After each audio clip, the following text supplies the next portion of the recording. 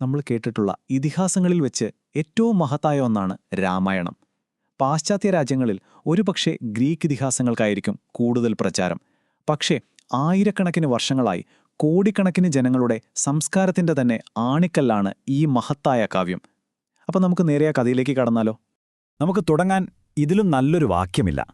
സാക്ഷാൽ ബ്രഹ്മാവിന്റെ വാക്കുകളാണിത്. ഈ ഇതിഹാസം എത്രത്തോളം കാലാതീതമാണെന്ന് ഈ ഒരൊറ്റ വാക്യം മതി നമുക്ക് മനസ്സിലാക്കാൻ. ഇത് കേവലം ഒരു കഥയല്ല, മറിച്ച് ഭൂമിയുള്ള കാലത്തോളം നിലനിൽക്കുന്ന ഒന്നാണെന്നാണ് പറയുന്നത്. രാമായണത്തിന്റെ വലിപ്പം ശരിക്കും മനസ്സിലാവണമെങ്കിൽ നമുക്ക് പരിചിതമായ ഗ്രീക്ക് ഇതിഹാസങ്ങളുമായി ഒന്ന് താരതമ്യം ചെയ്തു നോക്കാം.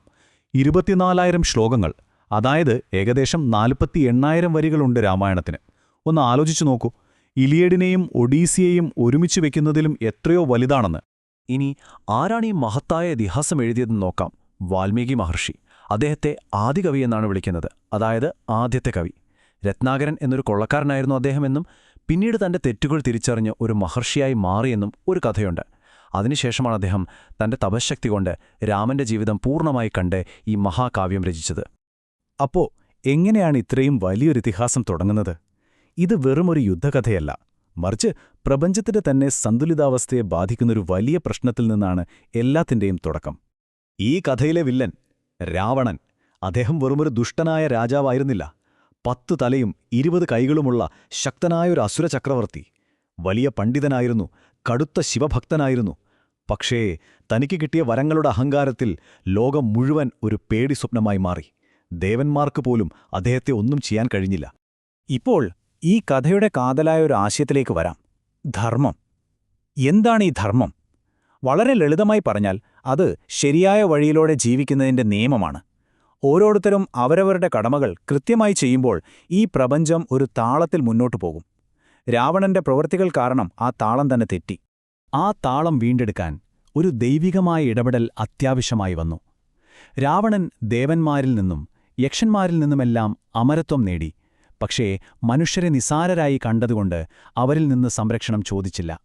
അതുകൊണ്ട് ധർമ്മം രക്ഷിക്കാൻ സാക്ഷാൽ മഹാവിഷ്ണു തന്നെ ഒരു മനുഷ്യനായി, ശ്രീരാമനായി ഭൂമിയിൽ അവതരിക്കാൻ തീരുമാനിച്ചു. ഒരു പ്രപഞ്ചത്തിന്റെ തന്നെ ഗതി മാറ്റിയൊരു പ്രശ്നം. പക്ഷേ അതിന്റെ തുടക്കം എവിടെ നിന്നാണെന്നറിയാമോ? ഒരു കൊട്ടാരത്തിനകത്തെ അസൂയയിൽ നിന്നും ചില കുടുംബ പ്രശ്നങ്ങളിൽ നിന്നുമാണ്. അതാണ് ഈ കഥയുടെ ഏറ്റവും രസകരമായൊരു വശം. എല്ലാം തുടങ്ങുന്നത് അവിടെയാണ്. രാമന്റെ രണ്ടാനമ്മയായ കൈകേയി തന്റെ മകൻ രാജാവാകാൻ വേണ്ടി രാമനെ 14 വർഷത്തേക്ക് കാട്ടിലേക്ക് അയക്കാൻ ആവശ്യപ്പെടുന്നു. അച്ഛന് കൊടുത്ത വാക്ക് പാലിക്കാൻ വേണ്ടി രാമൻ സന്തോഷത്തോടെ അത് സ്വീകരിക്കുന്നു. പക്ഷേ ആ വനവാസത്തിനിടയിലാണ് രാവണൻ രാമന്റെ പ്രിയപത്നി സീതയെ തട്ടിക്കൊണ്ടുപോകുന്നത്. അതോടെ രാമന്റെ ജീവിതത്തിലെ യഥാർത്ഥ ദൗത്യം ആരംഭിക്കുകയായി. അപ്പോ രാജ്യവും സൈന്യവുമെല്ലാം നഷ്ടപ്പെട്ട് കാട്ടിലൊറ്റപ്പെട്ടു പോയ രാമൻ എങ്ങനെയാണ് ഇത്രയും വലിയൊരു ശത്രുവിനെ നേരിടുക? ഇവിടെയാണ് രാമന്റെ യാത്രയുടെ അടുത്ത ഘട്ടം തുടങ്ങുന്നത്. പുതിയ കൂട്ടാളികളെ കണ്ടെത്തേണ്ടിയിരിക്കുന്നു. സീതയെ കണ്ടെത്താനുള്ള ആ യാത്ര അത് വളരെ കഠിനമായിരുന്നു. ആ യാത്രയിലുടനീളം രാമന് ഒരേയൊരു ആശ്വാസം കൂടെയുണ്ടായിരുന്ന സഹോദരൻ ലക്ഷ്മണനായിരുന്നു. അവരുടെ ആ സഹോദരബന്ധം അത് ഈ ഇതിഹാസത്തിലെ തന്നെ ഏറ്റവും മനോഹരമായ ഒന്നാണ്. അങ്ങനെയിരിക്കുമ്പോഴാണ് രാമന്റെ യാത്രയിൽ ഒരു വഴിതിരിവുണ്ടാകുന്നത്. അദ്ദേഹം വാനരന്മാരുമായി, അതായത് കുരങ്ങുകളുടെ ഒരു ഗോത്രവുമായി ഒരു സഖ്യത്തിലേർപ്പെടുന്നു.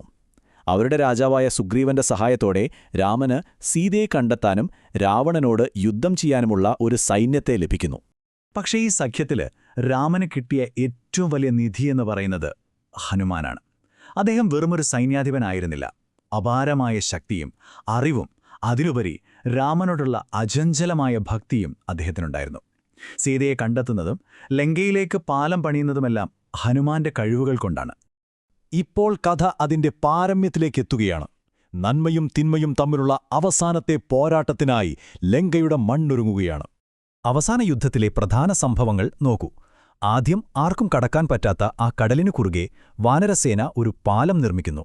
പിന്നീട് ലങ്കയിൽ നടന്നത് ഘോരമായ യുദ്ധമാണ്. അവസാനം രാമൻ നേരിട്ട് രാവണനുമായി ഏറ്റുമുട്ടി ആ അസുരരാജാവിനെ വധിച്ച് സീതയെ മോചിപ്പിക്കുന്നു. യുദ്ധം കഴിഞ്ഞു, രാവണൻ മരിച്ചു. അപ്പോൾ കഥ കഴിഞ്ഞു? ഇല്ല. യഥാർത്ഥത്തിൽ രാമായണത്തിന്റെ പ്രസക്തി തുടങ്ങുന്നത് തന്നെ അവിടെ നിന്നാണ്.